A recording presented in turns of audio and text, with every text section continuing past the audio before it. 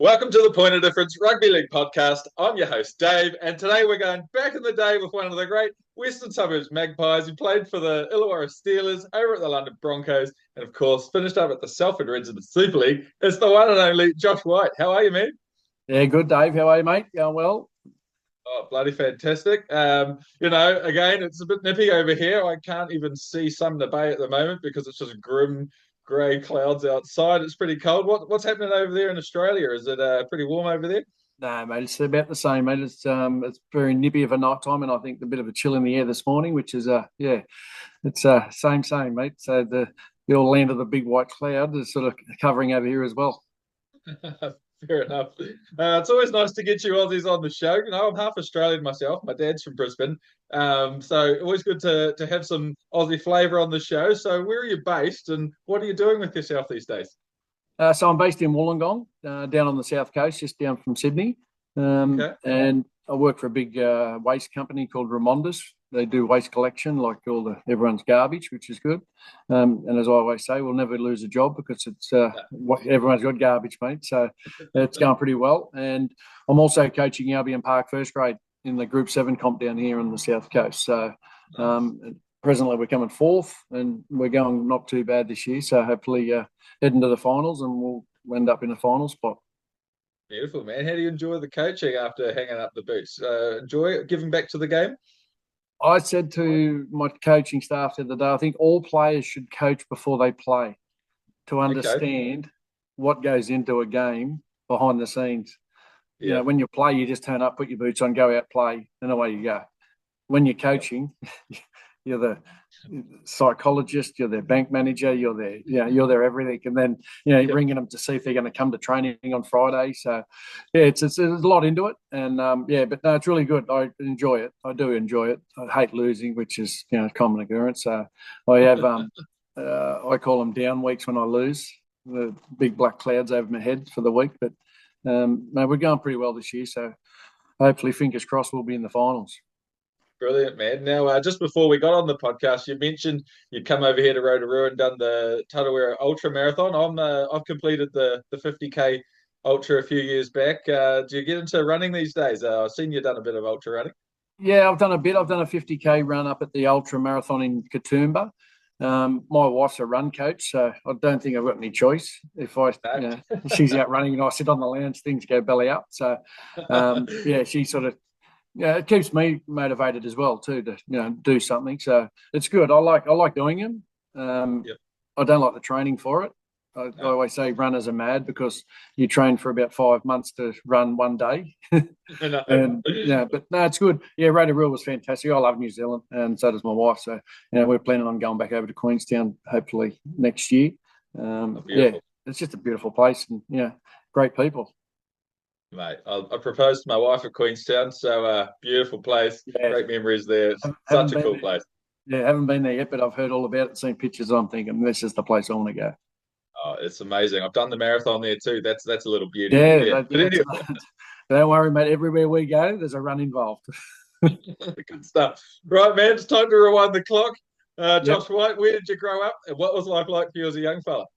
I grew up in Greystanes in Sydney, and it was it's a newer area back then. Probably wouldn't recognise it now, with all the nationalities in there. But it was a great little area.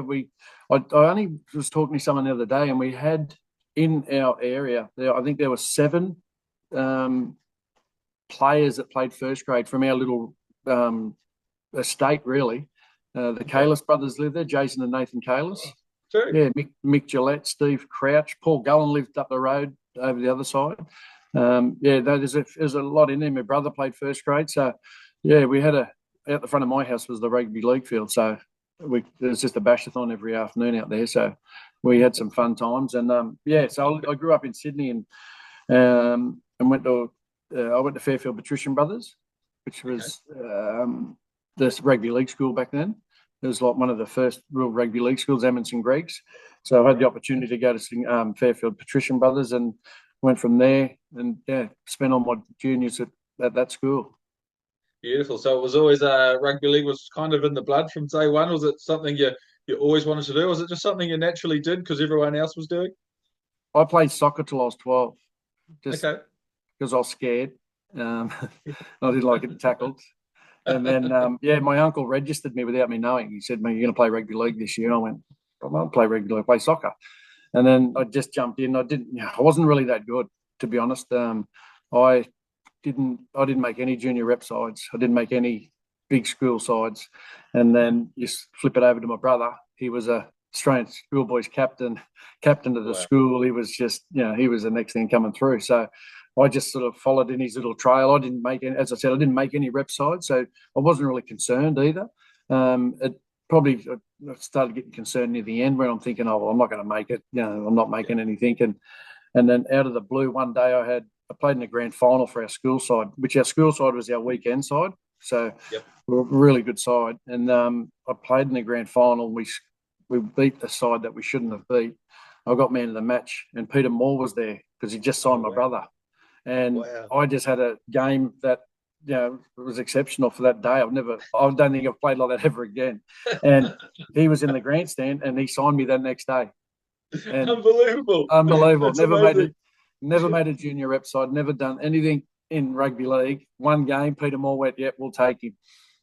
Well, don't feel too bad. I had Gary Freeman on the show a while back, and he made one rep side coming through the grades, and then he went on to become our highest capped Kiwi until Ruben Wiki passed him. So there you go. So I'm lucky enough to coach junior rep sides down here. Like I've got an under 15 side in Group 7, and I say to them kids all the time, I'm trying to drill it in them. It's not the be all and end all to make rep sides right now. 15, 16, just keep playing away and enjoying your football, and something will happen. And I say to even blokes now that want to make it, every time you run on the field, there's a recruitment officer out there. And they go, "Oh, what do you mean?" I said, someone knows someone in rugby league these days. So if you're playing good footy consistently, you'll make it somewhere. I said, just go and enjoy it and relax. So, so that was my little backstory from my juniors. It was, I wasn't that good, let me tell you. That's brilliant. Now, you mentioned your brother Cole. You went to the Bulldogs basically together. Were you too close growing up? Was there a lot of battles in the backyard that sort of helped you harden up to play rugby league? Yeah, it's funny. We had the field across the road, so we played footy a lot, and it would be always Cole and I fighting at the end, or I'd run up the hill back inside crying. We were close growing up. We did everything together, as brothers do. We were only 18 months apart, and he taught me to toughen up because he was a second rower. So I idolised him as a kid when I was growing up. Like he was like the be all and end all. He was a fitness fanatic, and he did everything right, and he did he was getting all the rewards at the end of it. But so growing up, he was the one I looked at, and he pushed me more than he thought. Because I just kept trying to stay with what he's trying to do, which was good. But it was we had some fair fights, let me tell you. And we're growing up, so we've had Mum's had to pull us apart a few times. Oh, that's brilliant. So what are some of the fond memories of your brother, both as a player and a brother? Obviously, we had the sad news he passed away a couple of years ago. And my condolences for that. Thanks, what are some of the memories you have of him? On the field and off the field. I think you'll speak to most rugby league blokes that know him. On the field, he was an absolute lunatic. But in saying that, it sort of changed. When he was younger, he modelled his game off Wayne Pearce. And if you watched him play, he played like Wayne Pearce. He had the head tape and everything was like that. And he was a fitness fanatic, didn't drink, even at his 21st, didn't have a drink. I think I finished his yard glass for him. And then, it's like he sort of got into first grade and just become this party animal. It was weird. But on the field, he was just next level. Well, I've been in games with him and Dave Gillespie, and it's just the noises that come out of some of the things, some of the tackles he's done. It was bordering on brutality. It was. Oh my God. I've seen him hit blokes like Paul Harrigan. He hit Paul Harrigan one day at the Bulldogs, only when Paul Harrigan's playing reserve grade, and Chief was snoring, and his eye was up, and it was just a fair hit. But so. We played Canberra down in Canberra, and we used to have this play called Open the Gate, where we'd kick off and Kyle would go behind us, and the boys would go down and they'd open the gate, and then Kyle would be come through. So Dave Wesley seen the gate open and come straight into it, and my brother's just gone bang, hit him, knocked him senseless. He was snoring on the field. And I remember Paul Smith come running in from the wing, and he's trying to rev us all up. He's a winger going, "Come on, boys, come on, boys!" And Mal Meninga just pointed to him and said, "Smith, get back on the effing wing." But yeah, so on the field, Kyle he was next level. It was everything was 100 mile an hour, and when he hit someone, he really hit someone. It was scary sometimes. Some of the hits he's pulled off. Oh, yeah, man. And obviously, you finished over in the UK, captaining Widnes, very famous club, was it quite nice to see your brother achieve, what he did in his career? Yeah, it was great. It was good to see that. I honestly say now, if he was here, I'd tell him he would have went a lot further if he didn't turn into a party animal. Okay. Yeah, because he was a really good football player. Wasn't skillful. He was just tough. He knew how to play footy. But yeah, he achieved a lot, but he could have achieved a lot more. I say, if he was here probably now, he'd probably say the same thing. He just went down the wrong path, and again after footy, life spiraled out of control and ended up where he was. You know what I mean? So he's confessed he's an alcoholic. So that took his life in the end. So I think if he never went down that path, he'd be still with us. But that's what happens in life these days. It's it just happens, and you don't realise it's happening. So, and he didn't. That was the problem. He didn't. So, and then got taken too early. Absolutely, he did. So just to move back to your childhood, so was it once you started coming through the grades, was it your dream to step up and play first grade? Was that kind of the goal once you got your head around playing rugby league? Yeah, once I got into it, I like when I started the Bulldogs, I was 17, and I was just happy to be on the bench for under 21s. Like I'm thinking, how good's this? I'm a nobody, just turned up, and here I am. So I think I sat there for about 5 weeks on the bench with the Bulldogs, and then Chris Anderson was the coach at the time, and he was coaching our 21s, and he said, it was at Seaford Oval in Canberra. He goes, "Mate, you're on." I went, "Oh, I'm playing." So I ran on, and I must have had a good game because I got picked the next week. And yeah, and it was great. From then it was like, all right, what's the next? It was like a journey. What's the next step? Then my next step was try to get the reserve grade. And then I'd love to play reserve grade, and I'd be happy with that. I mean, it wasn't like I was looking at first grade, and that's the be all and end all. It was like, all right, I've made 21s. All right, I'll go to reserve grade. And if I get that, I'd be really happy. And then when I got to reserve grade, I was like, oh, hang on, I could play first grade. And then it sort of just ventured on down the path, and I ended up playing first grade, which was, I still pinch myself now. Like I look at myself and go, when I was 15, I couldn't play. And then 17, I'm at the Bulldogs. So what positions were they putting you in out on the field, especially when you got put on in that first game in the under-21s? Like, where'd they have you on the field? Mate, I'm only 4'2", so everything was around halfback, mate. Every position I played was either 7 or 6. I remember one game I ended up went at the Steelers actually. Alan McMahon said, "Mate, we need you to go on to the hooker." And I'm thinking, oh my God. So I went on, and first scrum, Marty Bella was in the scrum, and he's looking at me, realising I had no idea what I was doing, and he headbutted me that hard, and the scrum sort of dispersed and went that way, and I just put my knee on the ground going, oh my God. My head was just throbbing, and I said, Alan McMahon, never ever put me in that hooker again. So that was the days when you'd go in and it'd be a clash. It wasn't like you go in these days and you push your head there. I mean, I'll just jump in here and, so yeah, Marty Bella got me good. Oh, that's hilarious. That's hilarious. So did you always enjoy the fitness required to play, especially when you got up to first grade? But did you ever, did you enjoy the fitness? Obviously, you do a lot of running now, but was it something you prided yourself on as you came up through the ranks? No. No. People say to me now, I see blokes like Paul McGregor and that, and they go, "Why didn't you train this hard when you played?" I just did enough to. Funny, eh? I didn't know. Yeah, it's weird. I did enough to play. I wasn't big on fitness. I wasn't big in the gym. I just did enough. But back then, I don't think the gym was a big thing for us. We didn't really have that. You need to be in the gym every day like they are these days. I think in 1993, I think it was at West, we finally got a weights coach. And things started to develop. It was funny because when we went to that sort of like hard, intensive training, and I remember it like yesterday, we went from sort of training 3 days a week and just enjoying ourselves, having a beer after the training, to pretty full on. And we're doing weights a lot and doing all this eating stuff. I ended up getting boils all over under my arm. Yeah, really? It was weird. I had 8 boils, and they said it was because of the training of just my whole body's flipped. And I even got one under my nose here.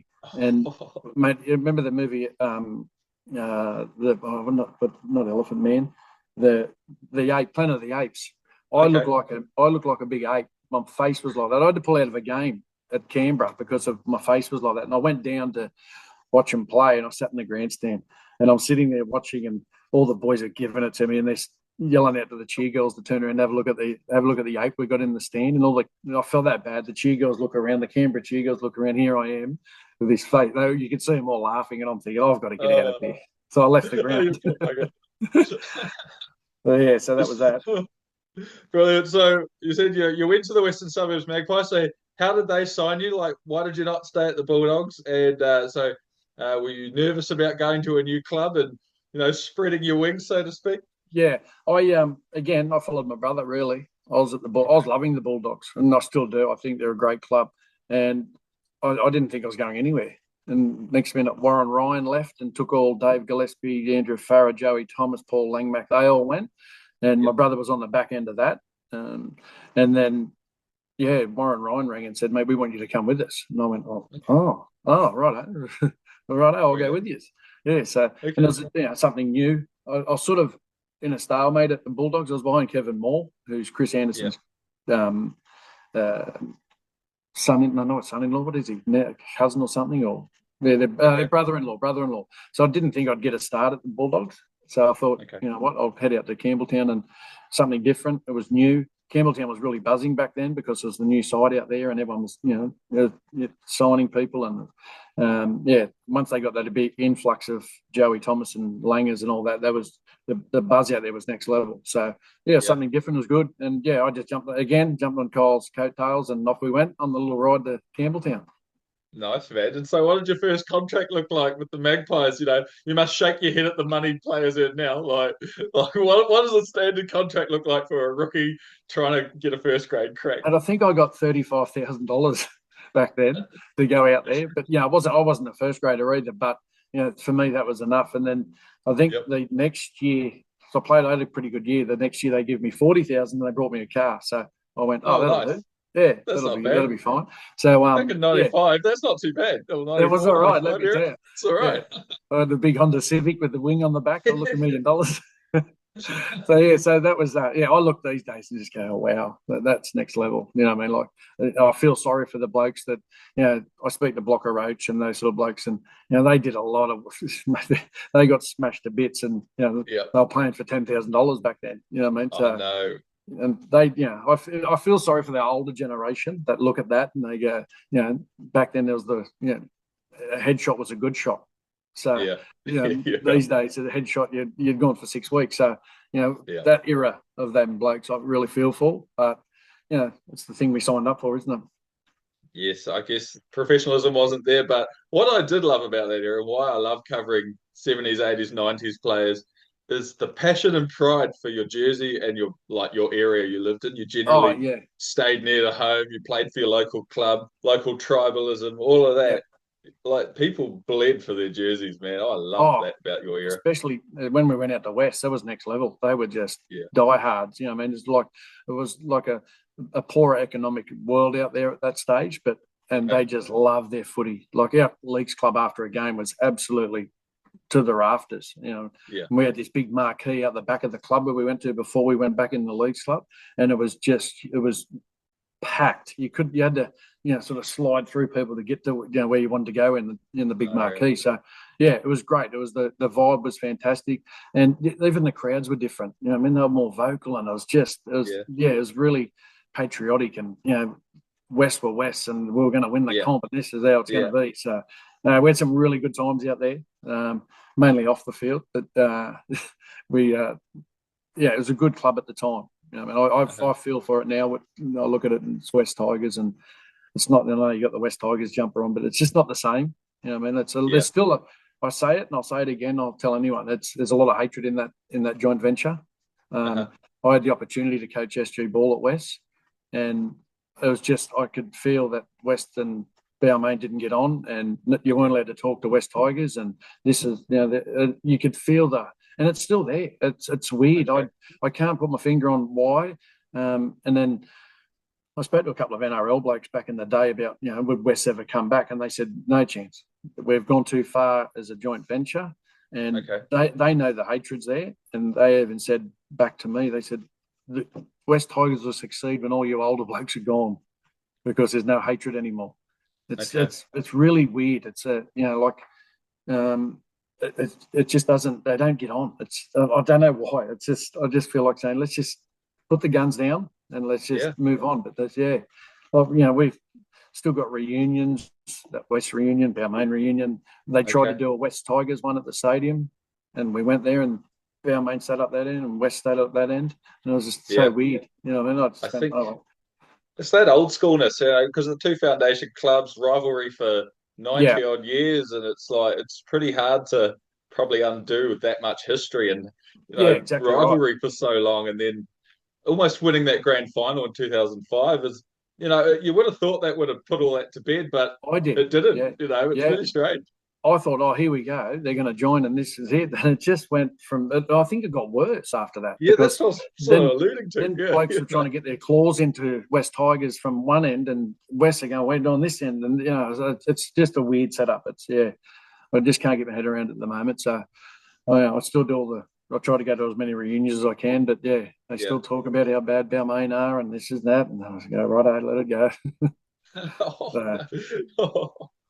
Righty.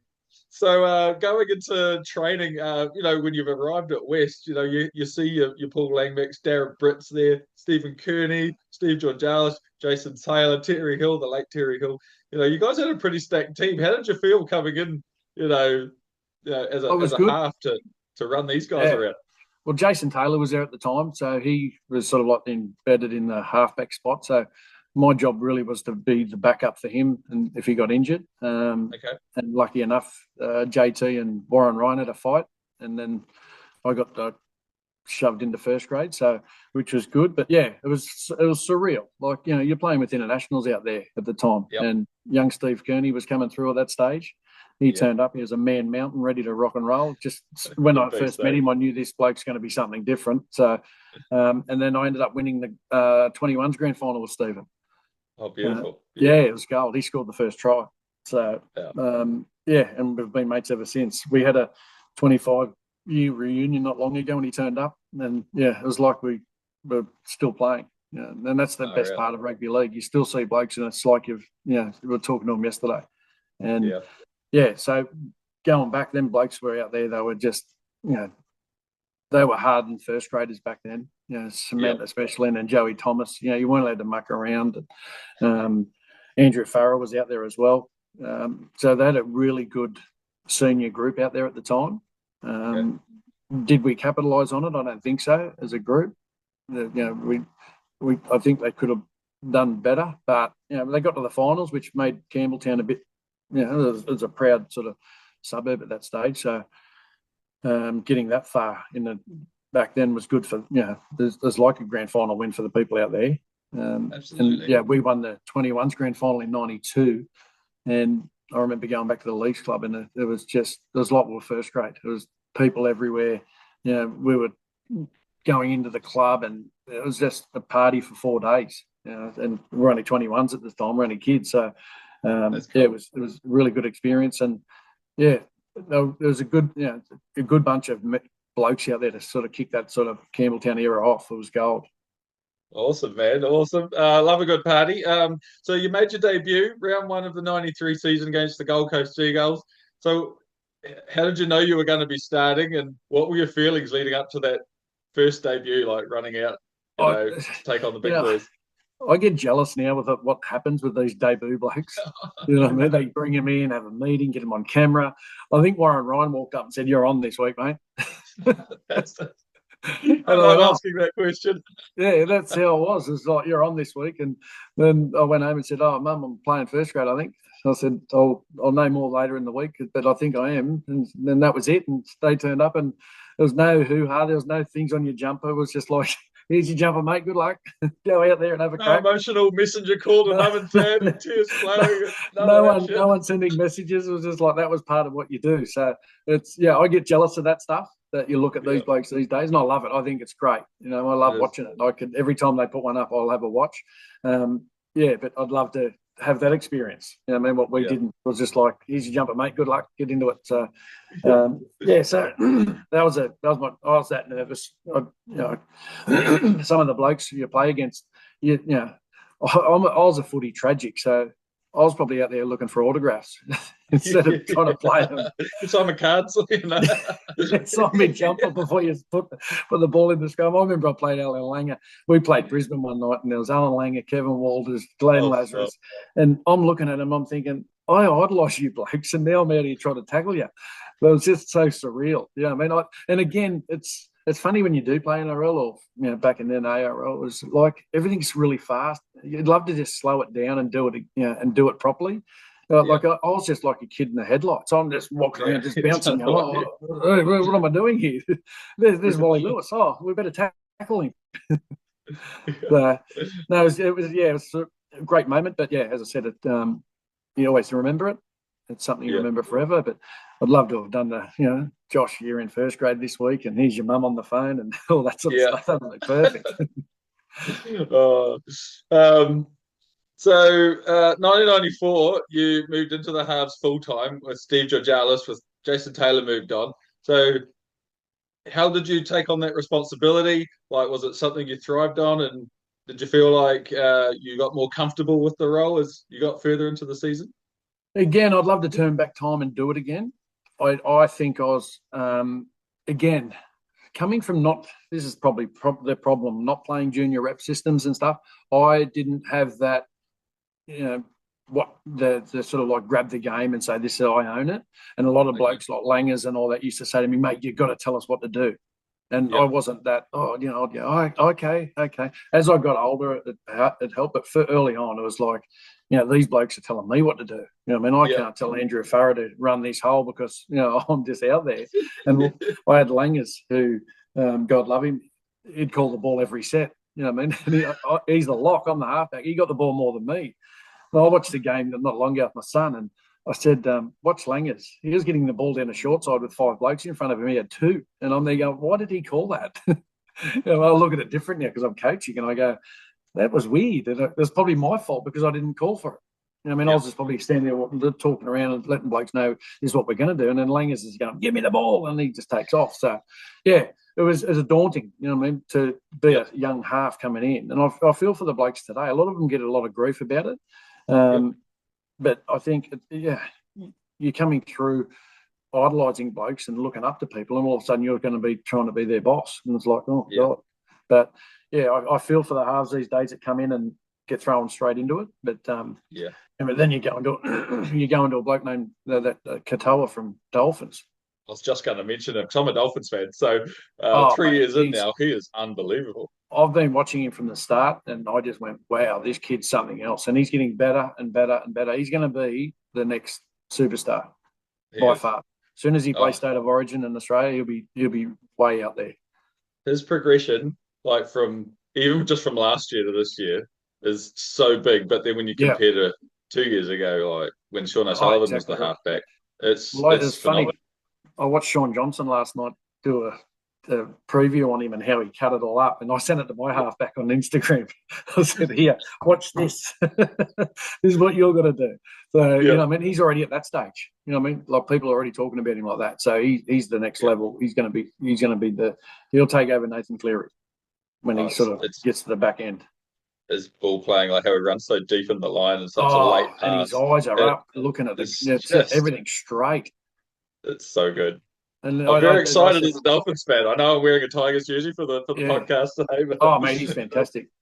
But again, he's courageous, and that's another thing I think halfbacks these days have got to be better at, is being courageous, because you're digging into the line. Like, I don't think I dug into the line ever. I just get a ball. Yeah, mate, you take it. The shovel at home, mate. Exactly right. I think Warren Ryan taught me to do this 3-step thing. He used to tell me, he said, get the ball, go 1, 2, 3, bang. That's all you got to do. 1, 2, 3, bang. Now they're going 1, 2, 5, 7, 9, 10 into the line. Bang, you get hit from behind, and away you go. Yeah. I guess the rules though now with if you tackle them late and they let the ball go Yeah, and you're slightly late, you get the penalty and potentially a sin bin. yeah, So exactly right. So halfbacks are that's the more other. inclined to, Yeah, yeah, you protect it again, so it's a good thing. So, yeah. the game's better, for all that sort of stuff. But yeah, I look at it and I think I'd love to see a bit of a fight or something every now and again. I So, know, I know. I'll We tell you what, nearly you got. saw one a couple of years ago. I think it was was it a Warriors match? I think things got a bit heated, but anyway, there was no fight. I was gutted, I'd Yeah, love that's to what I see. mean. I'll tell you what, you got a lot of tough pushers these days. Let me tell you, they come running in from the outside, just grabbing and pushing each other. I go, just I don't, know. mate. Don't In you the miss real world, Origin back in the yeah, day? Oh, mate, the yeah, windmills going, 100%. mate. It was great. So Warren Ryan was sacked halfway through that '94 season. What was he like as a coach, and how much did his sacking impact the club, and yourself? Um, So Warren was a very astute coach, and like he used to take me for dinner at West Leagues Club after training, and we would have salt and pepper shakers and sugar shakers and everything on the table, and he's moving them Yep. around for me, showing me where I'm running. And it was a funny story I got with. We played North Sydney at Campbelltown one day, and he was telling me about how Greg Florimo can't move laterally. All right, so we're going to have this scrum move. So we sat there at this table, and he's got the scrum, and he's got me going around here. Langers picks the ball up, and you swing around, and you'll hit that gap. Flo will come. There we go, nowhere near you. You'll score under the Yep. post. So for all week, we practice this scrum move. I reckon 50 times minimum. We practice Yep. this move. And every time I run it, he goes, no, no, no, you've got to go. Because he's all about precision and where you've got to be. Angles, all that. So, Yep. so we kept practicing this move. So the game day comes, I get the ball, I go, Langers, it's on, we're ready. Yep, go. So I fed the ball. Langers picks up, I scoot around. Langers goes to Flo. He hits me short, and Flo absolutely poleaxed me. After the game, Warren Ryan says to me, he goes, mate, I've never seen him do that before. Sorry about that. Sorry about your ribs. But yeah, that's Warren Ryan. It was all about precision and where you've got to be. It was all angles. He was before his time. He'd be good today because he's the Katoa. Go straight, straighten up, Yep. hit out the back, all that stuff. But when he did get sacked, it was funny. It was not funny. It was weird because we turned up to training and he wasn't there, and there was cameras flying in out the back of Campbelltown, and I mean helicopters, and we're all standing going, "What's going on? This is the next level." Like this is when rugby league sort of started going that real media hype. And we're on the Campbelltown main field. There's a helicopter landed at one place, and the helicopter landed here, and there's people at the fence, and I'm going, "Oh, this is bigger than I thought."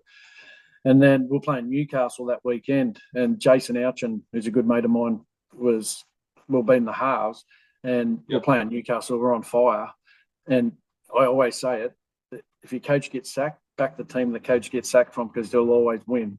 Because the pressure's now gone from the coach over to you guys. So we played Newcastle, and they had Chief, the Johns brothers, they had everything going, and we beat them 22-14 at Campbelltown, and it was massive. Yeah. So, and the guy on Instagram sent it to me the other day that he does all these old games, and he goes, "Look at this one," and I went, "Oh wow, that was surreal that we beat them." And Amazing. and again, we partied on like we won the grand final for the next 3 days. As you do. As we do at Campbelltown. So with Warren Ryan gone, in comes Tommy Raudonikis in '95. We all know he is one lunatic, but we love him.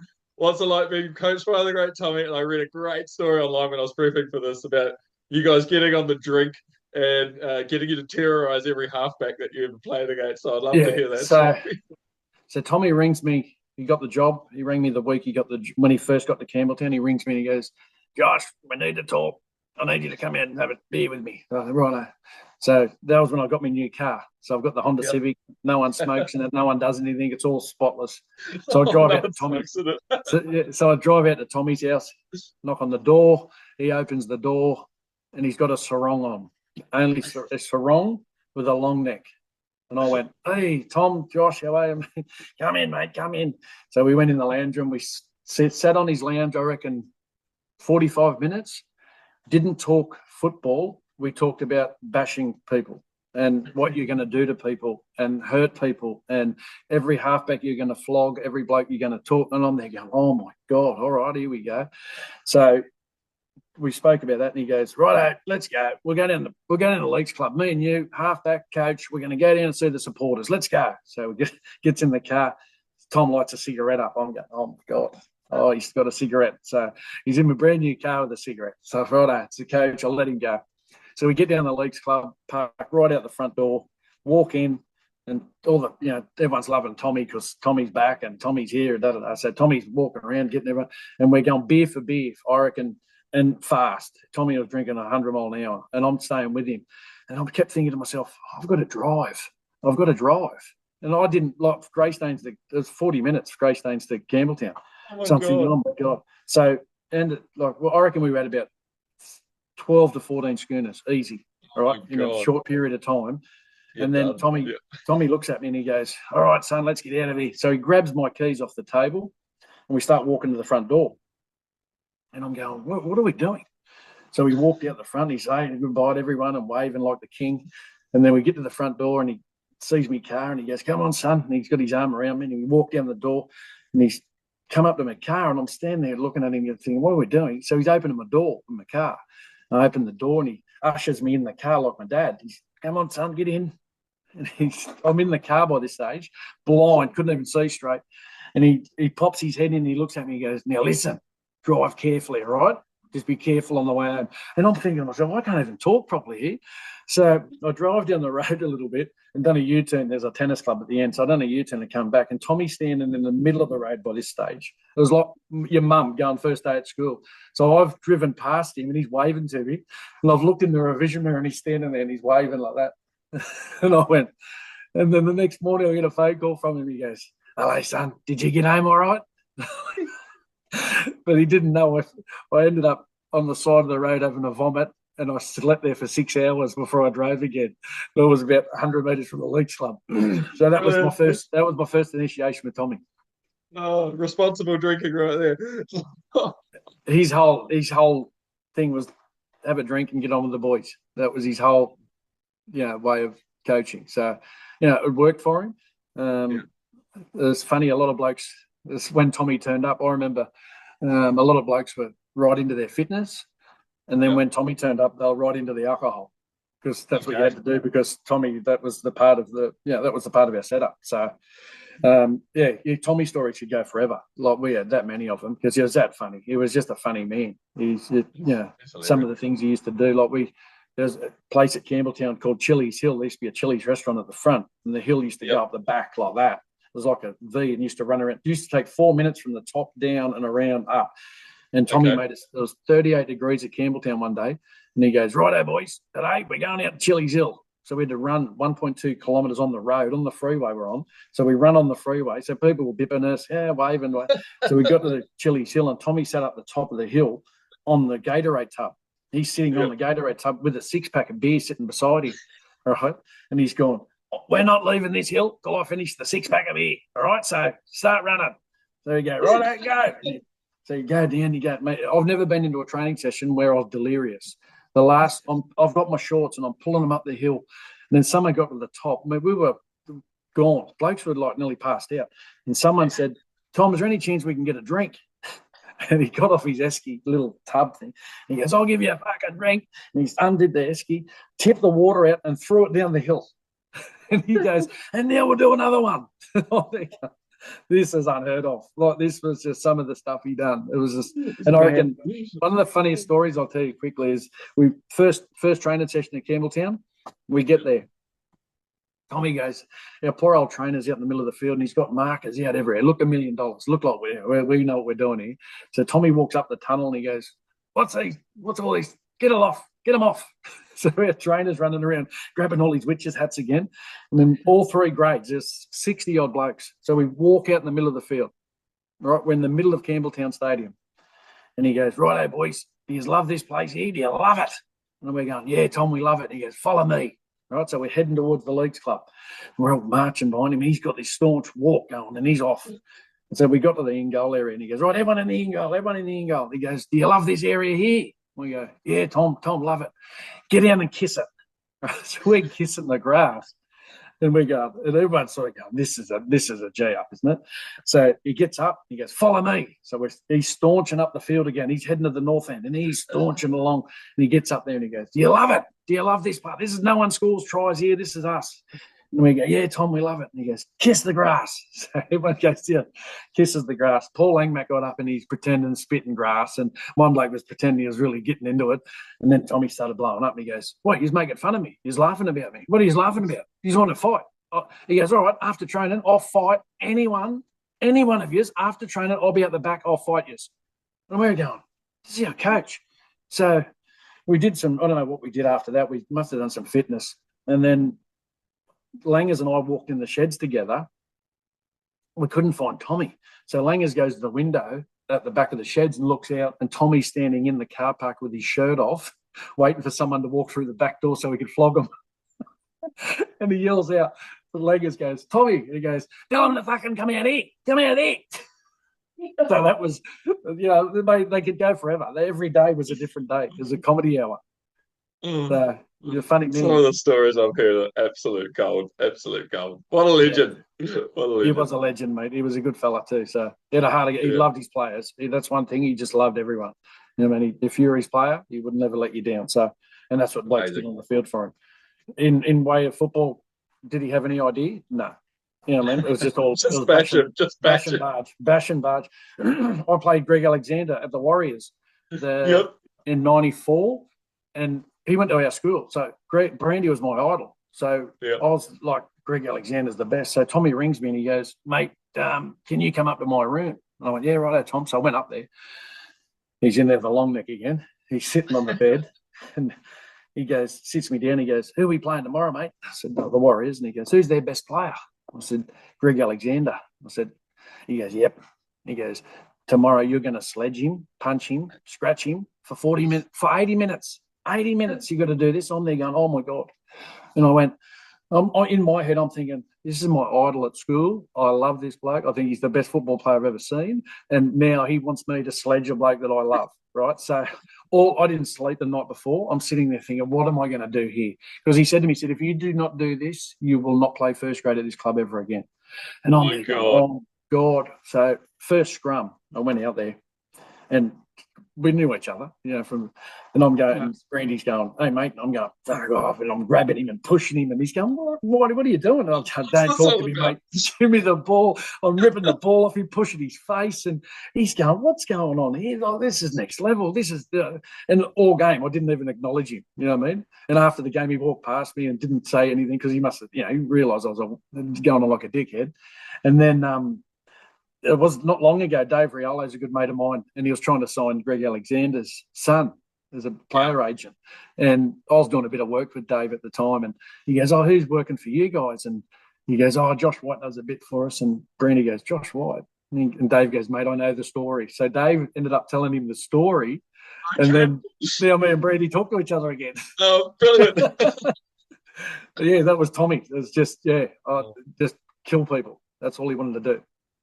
Oh, mate, Greg Alexander was a champion player. Absolute legend. Absolute legend. How good was he? Yeah, seriously. He was fantastic, mate. So, and that's when they had Phil Blake and all Brandy. Yep. And we went out. That's my first experience in New Zealand, and we walked out that tunnel. No, we walked out of the dressing sheds to go in the tunnel, and all the big Polynesian boys are going, hey, you white boys. Yeah. Go, oh, shit. Then they had the drums at the bottom of the field. Field. And I couldn't even hear myself think when I was playing. All I could hear was the mate, to be there in 1995, that first season was 95, sorry, yeah. That was 95, yeah. That was an amazing season for the Warriors. They did really well for them. They just missed the 8 because they got deducted 2 points. Playing you guys, actually. Joe Gagano was an illegal replacement. They'd done one too many subs. And they got stripped of the points, which actually cost them the top 10, I think it was back then. Yeah. Oh, wow. Yeah, there you go. So Andy Platt, I ended up playing with at Salford. He was at the Warriors. Yes. Yep. Yeah. So he's godparents of my kids. Oh, wow. Yeah, brilliant. I always send him the Warriors photos when he had their little swerved hair and stuff. I go, geez, you could saw back in the day. Oh, brilliant, man. So, then 95, you had the 4 new clubs come in. and Super League War was in full flight. What are your memories of that time, and how did that affect you in any way? Like, because you ended up going to Illawarra the next year in Yeah. '96. Like, So what's that all period like for you? yeah, just after the Warriors game, I broke my hand really bad at training. Okay. I ended up getting plates and pins and everything put in my hand. I still got them today. And I was out. I was nowhere to be seen. Yeah, so Okay. I was out for 12 weeks at the time. And all of a sudden, all this Super League humming was starting to happen. And I'm there going, oh, this is weird. What's happening here? And Graham Murray, the old NRL coach, he's my cousin. Okay. So I'm related to Graham Murray. So Wow. how it all worked out, I was out. I wasn't playing. And he rang me. It was a Friday night. I was going to go to watch a mate do a heavyweight state boxing title. And he rang me on the Friday night and he said, mate, what are you doing? I said, I'm just at home. I'm about to go and watch a boxing fight. He goes, I need you to come into Super League and sign this contract. I went, what? And I went, no, really? He goes, yeah, come in. Bring your manager. Get in here now. Yep. So I had to sort of abort my mate's fight and he was all upset because I wasn't coming to watch him fight. And I left the house and my mum said to me, under no circumstances do you sign a contract till I talk to you. All right, because my mum was right into finance and all this back then. So I walk into this office in Sydney, met my manager at the front door. We walk in, Muzzle walks down the hallway and he looks at me and gives me the wink and he goes, blood's thicker than water. Right, so I went, righto. So I walk in and Michael O'Connor was there, our great Michael O'Connor. He was the bloke signing everyone. And here I am at that stage. I was on 40 grand at West plus a car. And he sat down and said, mate, we want you to come to Super League and this, give us the whole story and everything. And he's gone, I said, oh, right, yeah. And he goes, so we're going to give you 250, 275, 290 for 3 years. And I'm there going, what do you mean? Wow. So my manager, in his wisdom, who had no idea, he's going, oh, can we get more? And I'm looking at him going, mate, just shut up. Then he said to Michael O'Connor, he said, can we toss you for 50 grand each year? Like, he wanted to do it. And I went, and I kept hearing my mum's voice in my back of the head going, don't sign, don't sign, don't sign. And I've said, oh, no, I don't think I can. I've got to take this home. I'll have to talk to my mum about it because she wants to know, what's going on. And then Michael O'Connor grabs his checkbook and starts writing this thing out. And I'm there going, what's he doing? And he goes, and he rips the check off and he goes, mate, you sign that there. I'll give you this $35,000 cash check right now. Wow. I just went, give me the pen. Give me the pen. Stuff you up, I'm signing. Yeah, signed it on the spot. And probably from that day onwards, me and my brother we split a bit because he didn't sign Super League. Okay. He got the NRL basic $55,000 contract. You know what I mean? Okay. So did he get the chance? Was he approached? No, not approached. I spoke to him about that night. I said, oh, what about my brother? Would he, they go, no, we're trying to have a real clean game. By this stage, my brother was a thug, you know what I mean? He was getting sent off every 5 minutes. And Michael O'Connor said, mate, would love to, but it's going to be a clean game. It's going to be a new image and all this sort of stuff. And I went, oh, God, righto. And that night, I remember it like that morning, I remember like yesterday, I had the check on the kitchen table and my brother walks in and he goes, what's this? I said, I signed Super League last night. And you could just see the flick of, hang on, I'm the superstar and you're the kid. How's this working?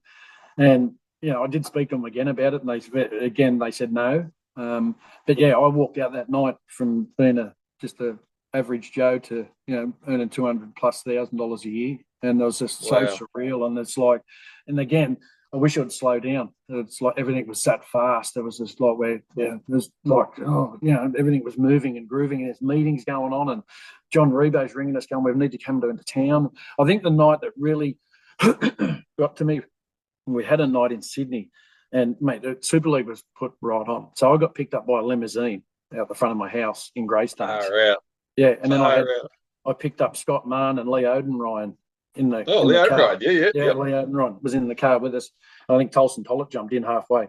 And we're in a limousine heading to Sydney. And I'm going, we're football players. What's this all about? What are we doing? So we get out this car at the Contemporary Museum of Art in the Rocks.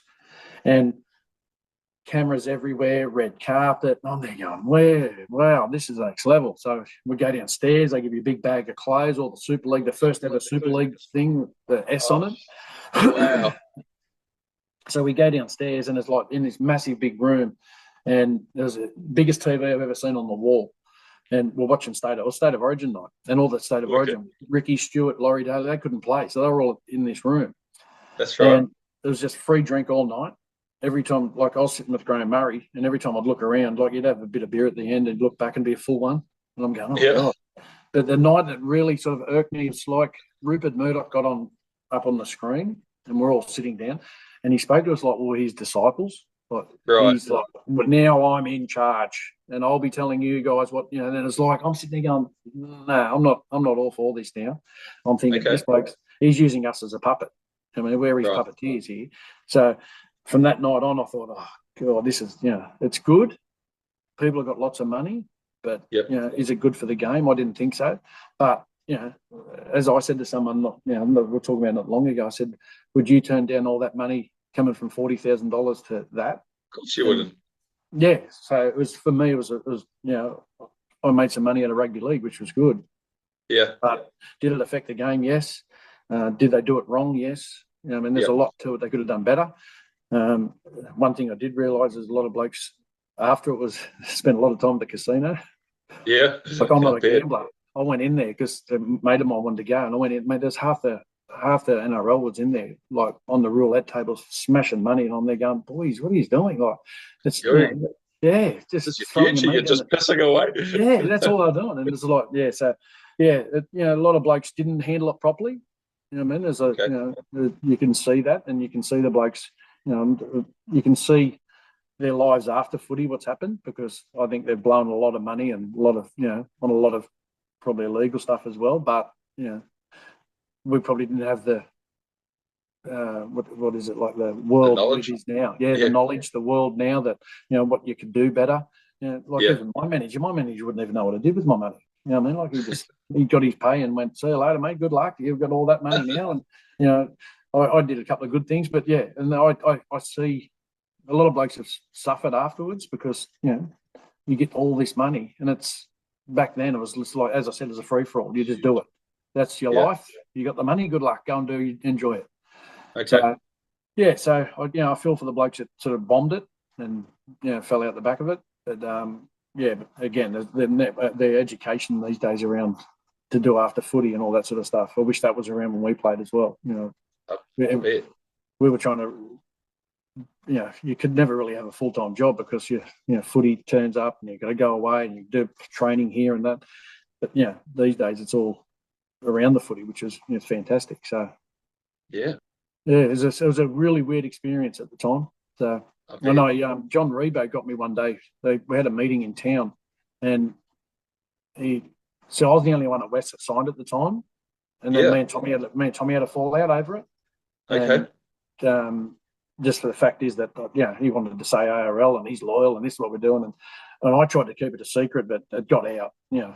And then so Tommy was really angry at me at the time and didn't talk to me for a while, and we in the end we ended up making up. But at that stage in time, it was like I was on the outer at West big time. You know, I had a broken hand. I just signed for all this money. They're looking at me going, what are you doing here? So again, that's how I ended up at Illawarra, because Super League fell over for 96, so you had to go to a club. I had to go to a club. But going back, so John Rebo, we have the delegate meetings from each club. All the blokes that were sort of like the RLPA I got now. So I was the delegate for West, and you wouldn't believe it, 3 or 4 blokes had signed, but they hadn't told anyone. Oh, okay. So you'd know the blokes that had signed because they got new cars. Like Paul Bell turned up in a brand new Subaru or something, and I'm there going, and I went up and said, did you sign Super League? He goes, yeah, don't say anything. I'll see what happened to you. I said, yeah, mate, I won't say anything. So I went into John Rebo's office and we had this meeting about, back then, mate, it was next level. So we're in this meeting, and there's all delegates there, and John Rebo said, has anyone been contacted by the NRL or ARL back then to come back? And I had back then, because they come through my brother going, we want your brother back. So I put my hand up and he goes, I need to speak to you after this in a meeting. I went, oh, okay. So afterwards I walk into John Rebo's office and he goes, we need to stay in contact. And I went, oh, okay, righto. And I went, I've got my mobile. And back then it was like the old Nokia brick thing. And he goes, no, we can't, they're tapping our phones. And I went, oh, righto. I'm thinking, this is getting serious. So no, you can't talk on your phones. You're listening to all our conversations. I went, wow. And he goes, what's your address? And I said, 5 Nemesia Street, Greystones. He goes, there'll be a fax machine out to your place this afternoon at 4 o'clock. And I'm at home, and next minute this bloke knocks on the door at 4 o'clock, looked like Steve Irwin. He had all his khaki gear on, walks in with his big box, and he goes, where do you want me to put it, mate? And he plugged me the fax machine into my, luckily we had an office at the time, and he plugged it in every night at 7 o'clock without fail. I wish I tried to keep them, but they're on that fax paper, so they just So every night at 7 o'clock, there'd be faxes coming through about the whole Super League war, what's happening, where's it coming from? Oh, mate, it was so surreal. It was not. I'm there going, what's happening? This is rugby league. What's going on? It turned into this massive, big, ginormous story that everyone's involved in. So, yeah, it was again another surreal moment in rugby league. It was just all happening at one time. It was yeah, but it's would I turn back time and do it again? Yeah. Would I do it better? Yeah. But at the time you're not going to complain. No one did. No, of course not. So with you're at Illawarra. So was Super League taking off in '97? Was that how you ended up going to London Broncos? Because that was Super League, or was there an opportunity to go to an NRL club, or a Super League Australian club? The deal was I was going with Graham Murray wherever he went, and we spoke about it. So, and I reckon it was funny. In the end, I said, Muzz, I'm getting dizzy. He was going to North Queensland, then he was going to Adelaide, then he was going to Cowboys, then he was going here, and then he was going there, and then he ended up at Hunter Mariners, who'd already signed Noel Goldthorpe, who's a mate of mine. Yes. And good man. Porky Morgan said to great man, Goldie. And Porky Morgan, the owner of the Hunter Mariners, said to Graham Murray, we're not signing more halfbacks. We've already got Brett Kamali as a young kid, and Goldie was coming. Goldie was there already as established. So, and Muzzer said to me, he said, mate, I can't take you. He said, but I'm going to send you overseas. I went, oh, right, I don't care where I go. I'll just play footy. And then, I was going to go to Leeds. I was about to sign to Leeds with Hugh McGann was there. Hugh McGann was the CEO recruitment bloke. So I was talking to Hugh McGann, and last minute it fell through. And then London Broncos come in with Tony Ray and said, we'll take you over here. So it sort of, it went that way. So is that still part of your Super League 3-year deal that you'd signed? Because it's all aligned with the UK and Australia. Yeah, we got paid from over there. So right. Yeah. I never knew that. That's so cool. It's crazy, but it's really cool. So they were paying us from Super League to play over there. So right. Oh wow. Yeah. Oh, brilliant. So just before we go on to your London Broncos, what was it like through your time at Illawarra? Like, because one of our great clubs that's not around anymore, a joint venture as well. How did you enjoy that season? Yeah, and again, I think if they signed Super League, they'd be still going today. Because they had no money at this stage. So it's a great club. That's why I'm back in Wollongong. I loved it. I had a really good 12 months. I wanted to stay, and it got to that stage where, sorry, mate, I rang Super League and said I want to stay. Like I know to go. So and Bob Millwood was going, oh mate, you've got to get out of that first before we can do anything. And then Super League are going, no, you're coming. You signed a contract. So I went, oh right, so. So I had a really good year down here and played some good footy and made some good mates. And again, hence the reason I'm back down here living. It's a great area to live. And so I wanted to stay, but it just wasn't meant to be. Alan McMahon was the coach. We had a pretty good side. We won the first, I think, 3 or 4 trials, and everyone's talking about Illawarra Steelers. This is the year. This is what we're doing. And we beat Manly at Manly. We beat all these. It's good players. Paul McGregor, Johnny Cross, Roddy Wishart, Rod Wishart, Dave Riolo, Neil Pincinelli. So we had a really good side. Come through the trials, and we were on fire. I think we were too fit for that start of the year. And David Boyle, the great David Boyle, was our trainer at the time, and he was a legend. He still is. And he, when we were going into the first game against West, my whole club back down here at Campbelltown, and Craig Coleman had just signed there. And, wow. Yeah, so we come down here, and I think it was probably our fault thinking, we'll be right, we'll just cruise through this game. And they pulled our pants down, and we got beat first game, and it was a weird sort of season. It was like blokes were getting injured. I think we had 4 broken arms, there's a Mayor David. Do you know Mayor David? I do. He played for Canterbury boy back here. Yeah. So Mayor David was here, and he broke his arm. My brother broke his arm. Pinso broke his arm in all the same spots. Okay. It was weird. They broke their arm in their forearm. They all had plates in their forearm. I think there's 4 or 5 blokes. So we had them sort of weird injuries coming through. And again, we'll win some, we'll lose some, we'll win some. We just weren't consistent. And poor old Alan McMahon took the bullet. He got shafted at the end. God love Alan McMahon, rest in peace. He passed away as well. He was a great fella, and he got me here. So to be honest, I wasn't going to come.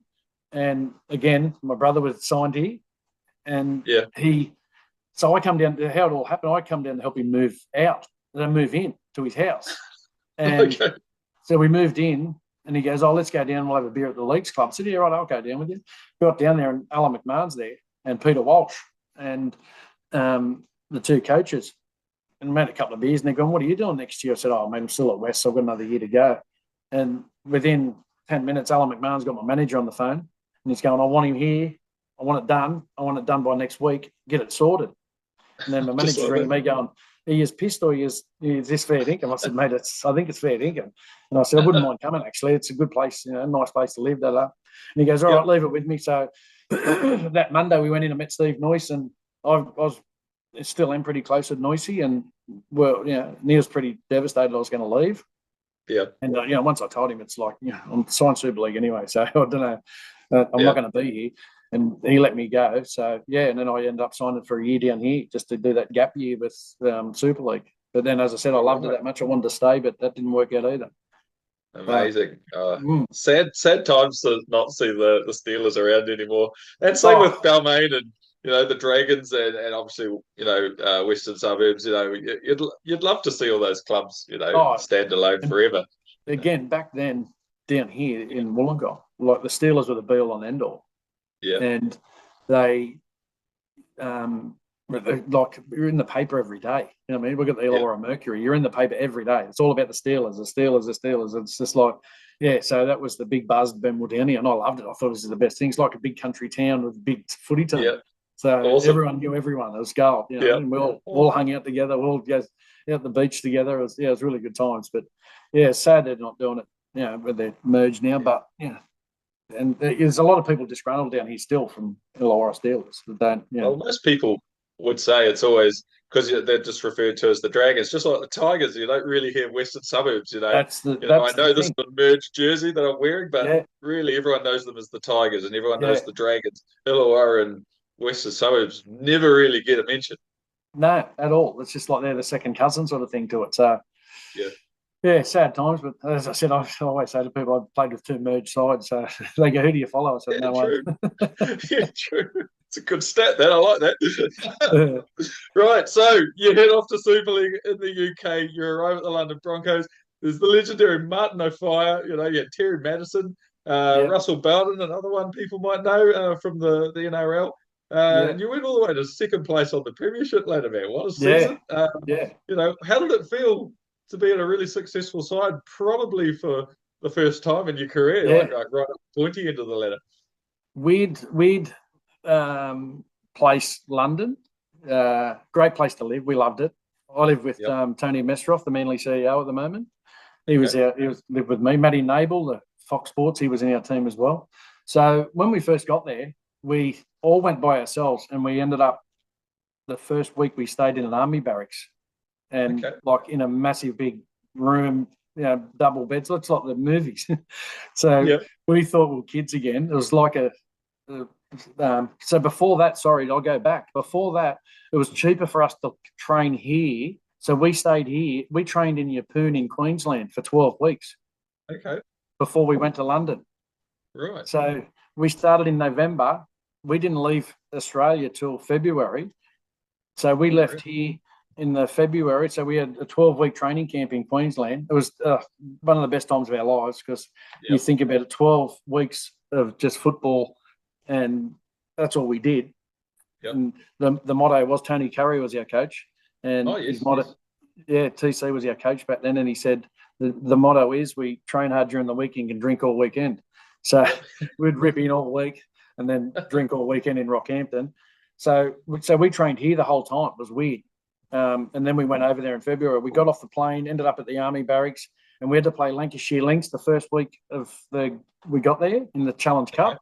And we got there, and this played this big soccer ground, Preston North End, and I'm looking at one side of the field. You couldn't even see the other sideline. It was that far apart. And I'm thinking, this is a wide field. So we end up winning that pretty easy. And we're thinking, we'll be right. Most of us were Aussies at that stage. And we ended up, we drew Bradford the next game. And we're thinking, we'll be right playing at home. Bradford will dish it. And, mate, it was the fastest game of footy I've ever played in my life. And we were gone, like, after 20 minutes. I think we're still jet lagged. And it really opened our eyes to what we're expecting. It's a different game to what we played over in Australia. And so fast, it was that fast. And I remember talking to Steve-O after the game, the commentator, he goes, I thought you blokes would have went a lot better. I said, so did we. So, but London was a fantastic experience. It was just, living with, in London, we flew to Italy. You go anywhere you want for, a couple £100. And then just as we started off, we're going pretty well. We're pretty consistent. And as you know, Martin the Fire was with us, and he was a different beast. He was funny. He's a funny human. And then we signed Sean Edwards. So that was the big, I think, catalyst for me to start playing good, because he's a halfback and I was a halfback, and that worked pretty well. So when he got there, he played 5'8" and I was half, and we had a good combination going there. So and to finish second was just massive for us. But in saying that, like, it's different. Like, I come from Illawarra, where you score a try, your front page of the paper. We beat Wigan. We beat Wigan at home for the first time in the club's history. And amazing. We're buzzing, thinking, how good are we? And I got up the next morning to have a look at the paper, and there's a column about that big, and it said Wigan, London beat Wigan. And then really hit home. We went around the corner from the ground, and there's a nightclub there. And we're all bouncing in, thinking, superstars. And the line was massive. And I said, boys, I'll go up to have a talk to them. And I walked up, got my London Broncos shirt, and I said, mate, I've got all the boys from the London Broncos here. We just want to have a night out. And the bloke looked at me as, who?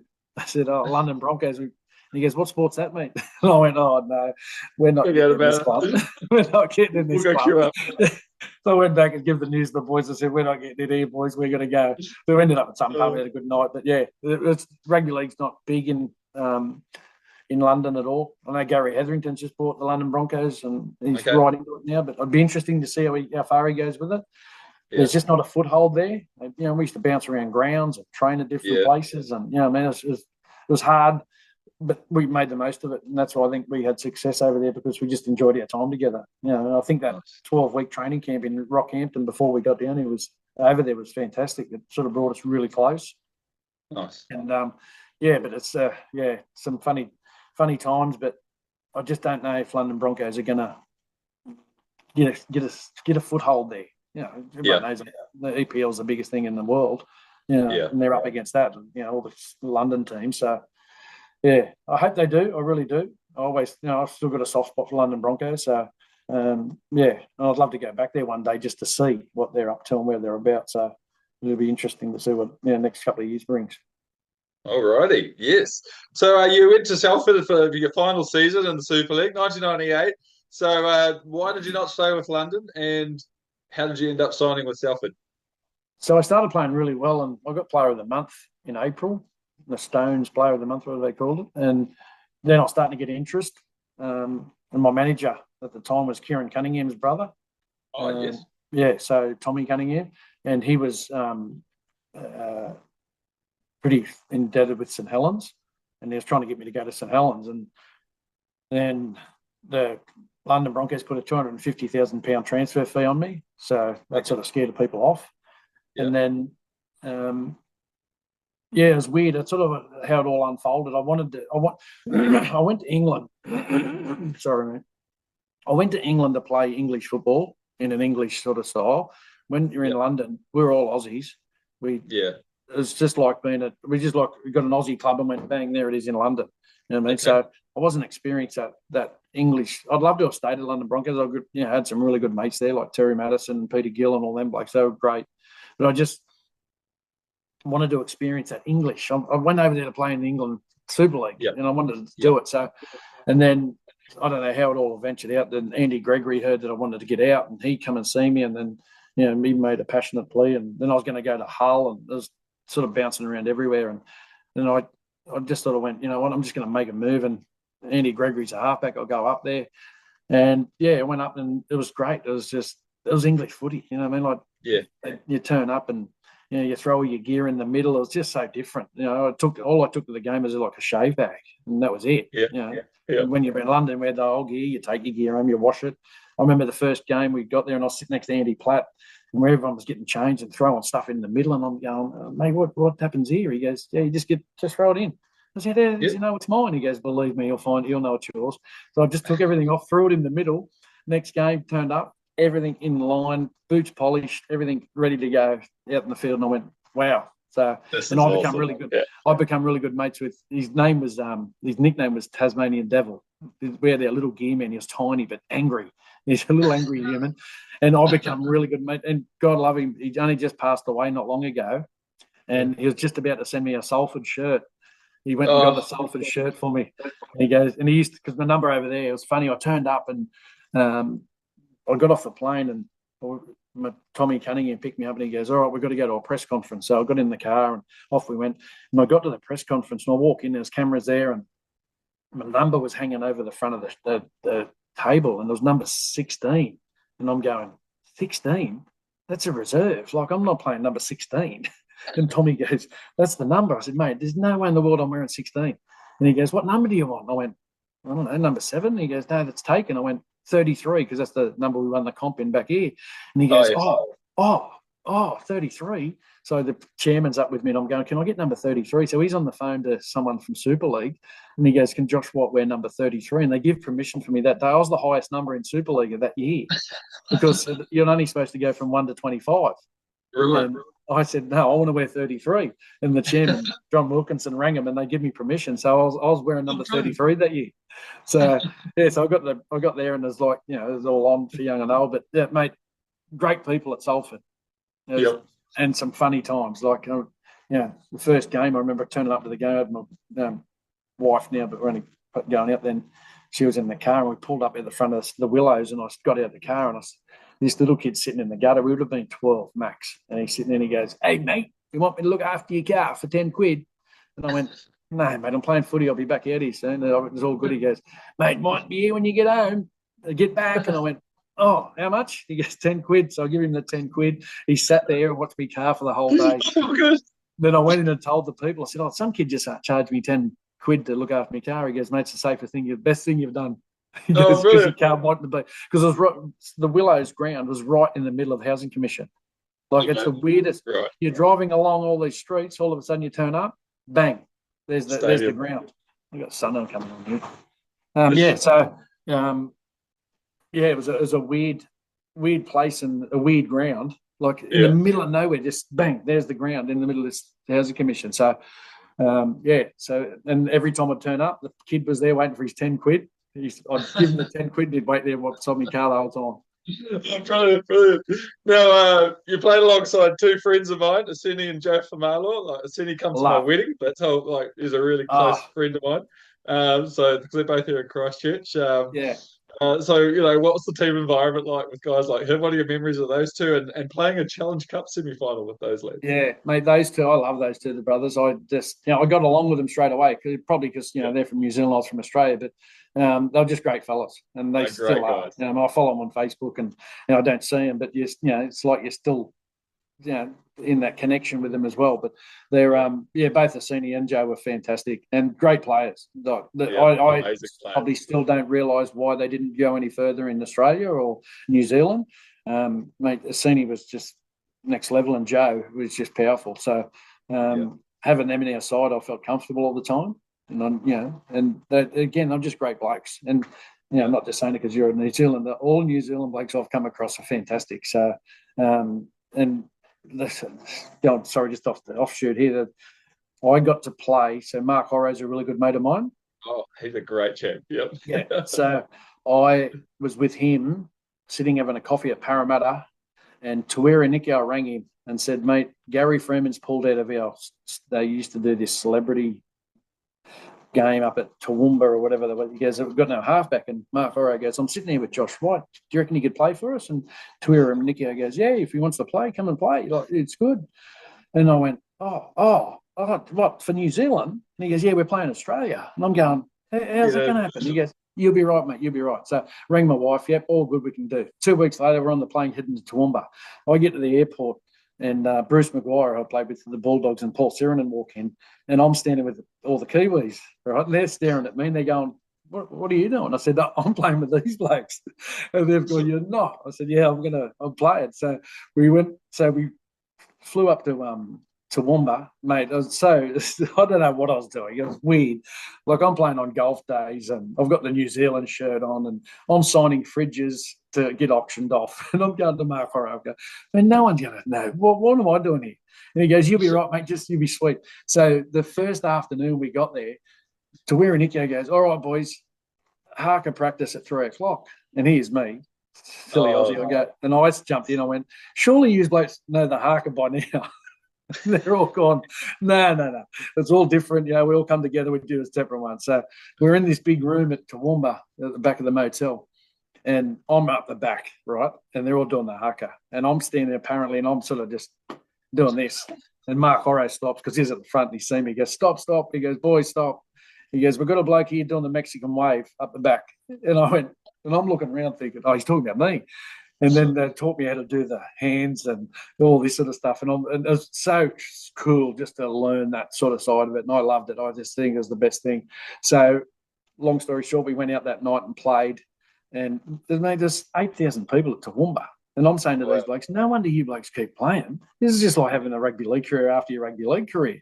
And it got better. When we walked off the field, the bloke gave me $600 cash in an envelope. He goes, here, mate, there you go. I went, what? No wonder you blokes don't retire. So we went out there, and Kurt Sorensen, Robbie O'Davis, he sort of made half a little break, and Kurt Sorensen got tackled, but didn't use his arms, and he just hit the ground and went bang and knocked himself out. And snoring on the field. And I'm going, oh, my God, he's snoring. And he sort of come through and we got him up and he walked off. And it sort of started. It was pretty good. The game was good. It was just like a bit of fun, but it was pretty serious. There's some good hard hits there. And then I think it was, that's right. They kicked off. I've done a Ben Hunt. Oh, no. It was 2015 Ben Hunt. It was 24 all. Well, no, it was 26. It was 26 all. We just got back in the 26 all.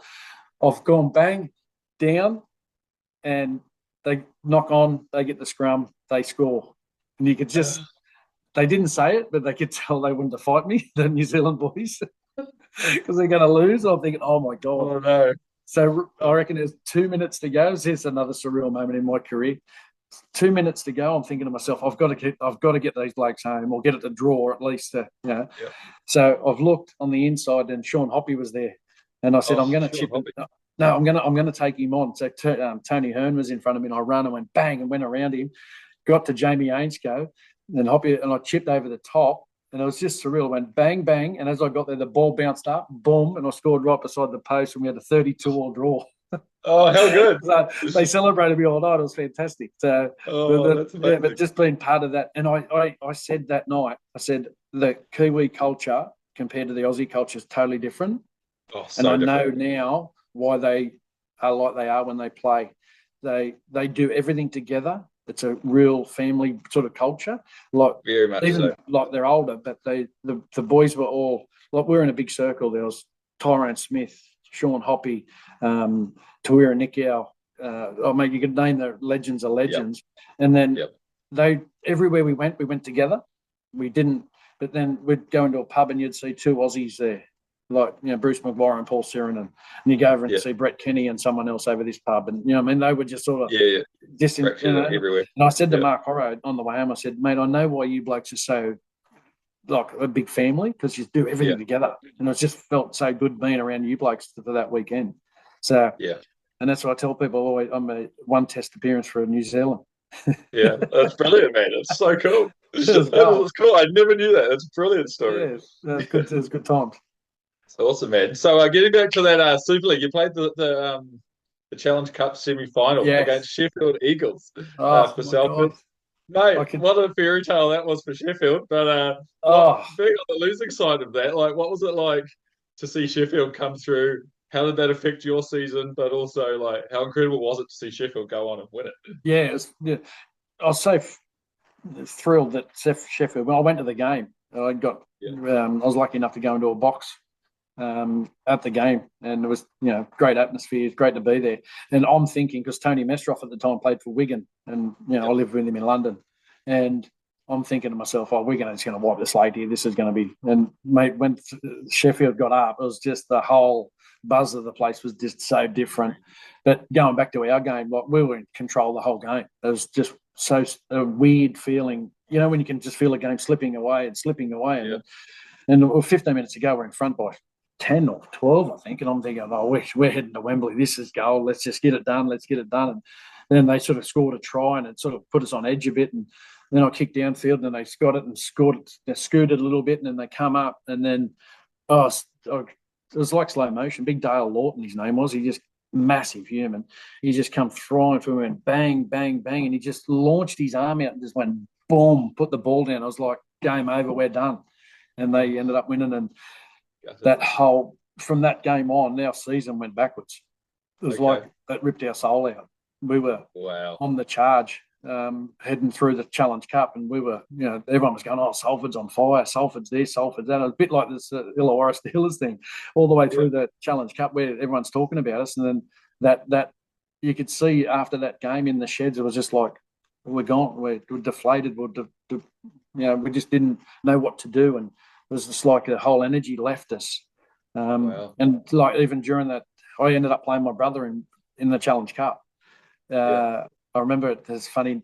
We're at a pub where I lived in Newton Le Willows, and I had to go to BBC to do the Challenge Cup draw. So Andy Gregory said, "You go over and do it." So I've got the suit on. All the boys are on Monday Club are in the pub, and it was live on TV. So I've had to get in the car and head to BBC studio, and I got there, and they ushered us into the room with a couple of the players, and my brother's team's still in the draw. And all the boys before I left were going, imagine if we got Widnes, imagine if we played Widnes. And I'm going, surely not. So, they've said, Josh White come up. So I went up and put my hand in, like that, pull it out. They've gone, Widnes. And they reckon the pub went off back at where we were. And when I walked in, the boys were hugging and jumping all over me. And then, that was another great moment over there, because I'd never played my brother before, ever, in a game of footy. Oh, that's so cool you've got that memory, though. That's opposite each other. And and we flew our mum over for the game, and she turned herself into a superstar. She was on the field at halftime. She was in the papers. She's going, this is the best thing in the world. Loving it. She was loving life. So she really enjoyed that time over there as well. But I remember when we played, we went out and Kyle's looking at me, and you could see his eyes were welling up. He was a bit emotional about it. And we sort of run past each other. We sort of changed ends, and he shook me in and said, "Good luck, mate." And I said, "Yeah, you too." And all I wanted to do was hurt him. All right. So his first run, he's come down the short side near me. He's gone down. I was third man in, and I unloaded everything and hit him and got him in the face. And I hear him swearing at me, "I'll get you, you cap. I'll get you." And so we kept going on. And then I chipped over the top later in the game. Oh, mate, he poleaxed me. Dead set poleaxed me. And I kicked him. It's like that. I kicked him. And he said, "He kicked me, ref." And I'm going, "Shut up, idiot. We're brothers." It's a beautiful story. We put him to bed. We beat him 48-10 or something. It was goal. And after the game, he came up, gave me a big cuddle, and it was really good. It was a really good moment of that. I always remember that one. So that kind of put away the whole elephant in the room from back in the day when you signed Super League and he didn't. Was it kind of like a bit of closure there? Playing each other. It was because late in his career as well. Yeah, so after that, and I think that night was like there was a bit of closure. Exactly what you said, because we ended up having a beer together, and it was like back in the old times, and we're sort of like back to brothers. It was good. So, that game sort of brought it out of it. So it was a good experience, and playing Widnes, it was like back in the day with the world champions. It was a surreal moment again in rugby league. So I really enjoyed the time, and to play my brother was something else. It was good. Yeah. Beautiful, man. Beautiful. So, you finished your career off at the end of that season. Did you, when you look back, were you ready to hang up the boots? And is there anything that stood out over your career that just sticks out above everything else? Yeah, I really wanted to stay in England, but then, I could have stayed in England. I could have signed at Hull again. But it's just weird. We had a really wet, miserable, cold winter. It was virtually summer as well. It was always cold. I'm sitting there going, and the day I made my mind up just to give footy, not footy away, but like that sort of footy, I come back home and I was on the plane. I woke up and I looked down. The Harbour Bridge had the sun behind it and the Opera House, and I just went, you know what?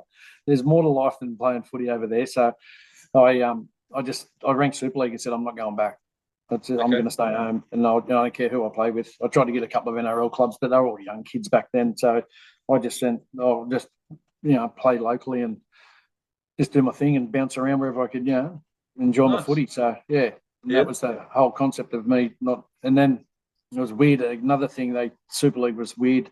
They said, oh, you got a year to go on your contract. I said, yeah, I know. And they said, oh, we can pay you out. I went, right. Okay. So I said, just got married. And they said, you got to be in England when your money goes offshore and it's all tax free. And I went, sweet. I went, what? So I got married, went on a honeymoon, come back, jumped on a plane, went to England. Andy Platt picks me up at the airport. He was coaching Workington at the time. And he's saying to me, he goes, oh, well, now you're here, you might as well just stay here. So just a little story. So Platty's telling everyone that I'm in town, right? So the buzzers around that I'm in town. So that night he goes, the board want to take you out for dinner. So I said, oh, here we go. Oh, no. So I'm in this car, these big pommy blokes with their big jackets on, and we're heading out this road, and it's pitch black, and I'm going, where are we going, Platty? He goes, I don't know, I'm going somewhere. I ended up at this golf club, got out of the car, and all I could hear is doof, doof music. The nightclub was going nuts, and I'm there going, what's this? We opened the door, it was like a zoo. There's people crawling walls and their faces were distorted, and I'm there going, this is not right. So went back into town, and they're sort of saying to me, you're gonna sign? You're gonna sign? And I'm there going, no, I can't sign. I told my wife I'm only here just to get this money and get home. And then we're in this pub on the corner in Workington. There was a little tiny pub. It was pretty, but it was packed, absolutely packed full of working and supporters. And everyone's asking me, "You're going to sign? You're going to sign?" And by this stage, I'm 12. What do you call them? What's the big ones? Not schooners. Pints deep. Yeah, I was 12 pints deep. And then Platty comes up and he goes, "Mate, they're going to close the pub." And I said, I'll go home. He goes, no, we'll stay and we'll have a night out. I said, yeah, right. He goes, but if you sign, they'll stay open. So this whole pub went quiet, right? So I went around the bar. They're listening to me. So I'm ringing my wife on the phone. And I've gone, listen, I've got Platties here, and they really want me to sign and come back for one more year. And she's on the phone going, if you sign, we're getting divorced before we're married. I'm not going back to England. We're done. Da, da, da, da. So I got off the phone and I went, yep, no worries. All right, love you, bye. And I hung up and I went, I'm signing. The place went off.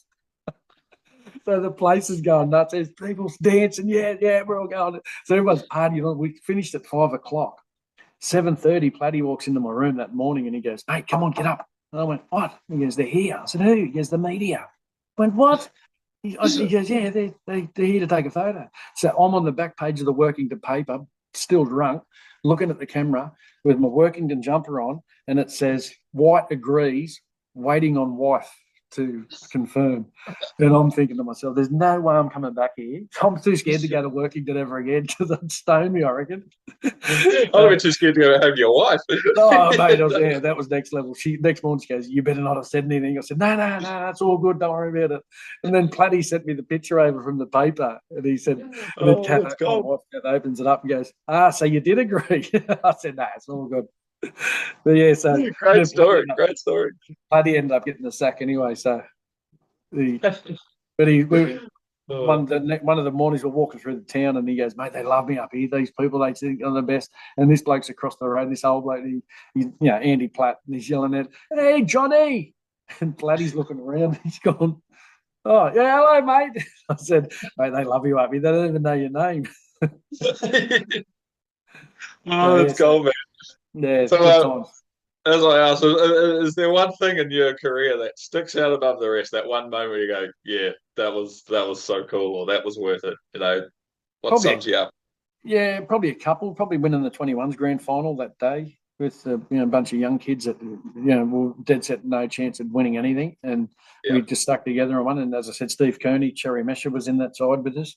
And we were against the odds there and won that. That was good. And playing first grade debut was fantastic. It was always it sticks in your mind. You always remember it. Probably playing the World Sevens when I was back in them days. It was gold. It was like your superstars going from town to town and bouncing around.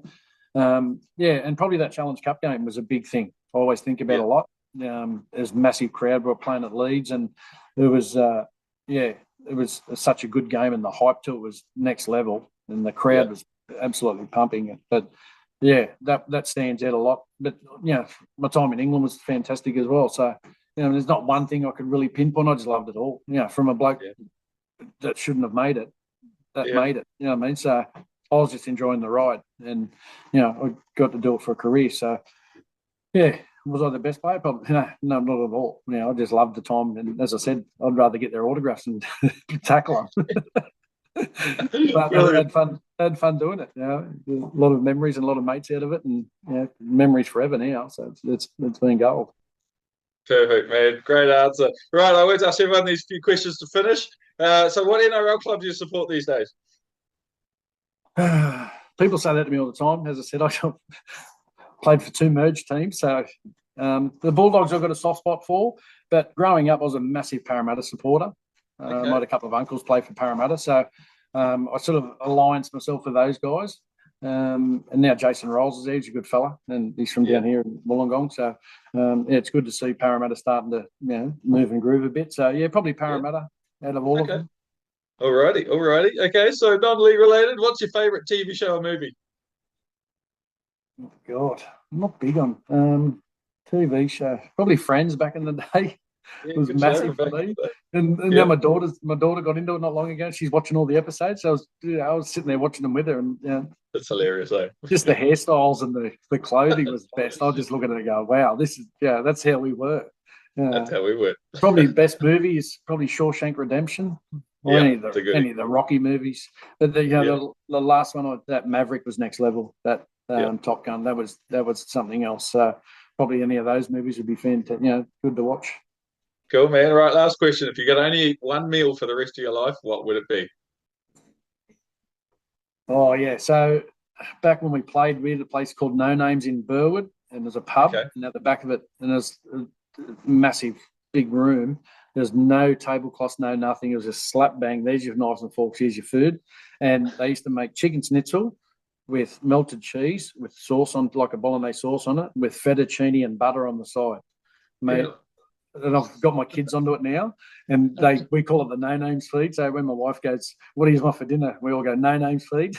So I could eat that every day of the week, pasta and schnitzel. Man, well, thank you so much for coming on the podcast, man. Great stories. My face hurts from laughing the whole time. So thanks, just wanted to say thank you for coming on, man. Really appreciate your time. Mate, you're doing a fantastic job, and as I say, the podcasts are hard to do, and what you've been doing is fantastic. I watch them a lot, and all them New Zealand blokes. As I said, I've got a lot of respect for all the New Zealanders, and I love all the blokes you've got on there. So, mate, keep it up, and hope it goes well for you. Thanks very much, man. Always appreciate the kind words. So thanks everyone for watching. This has been the one and only Josh White. We've been back in the day. We'll see you all guys next time for kickoff. Full time.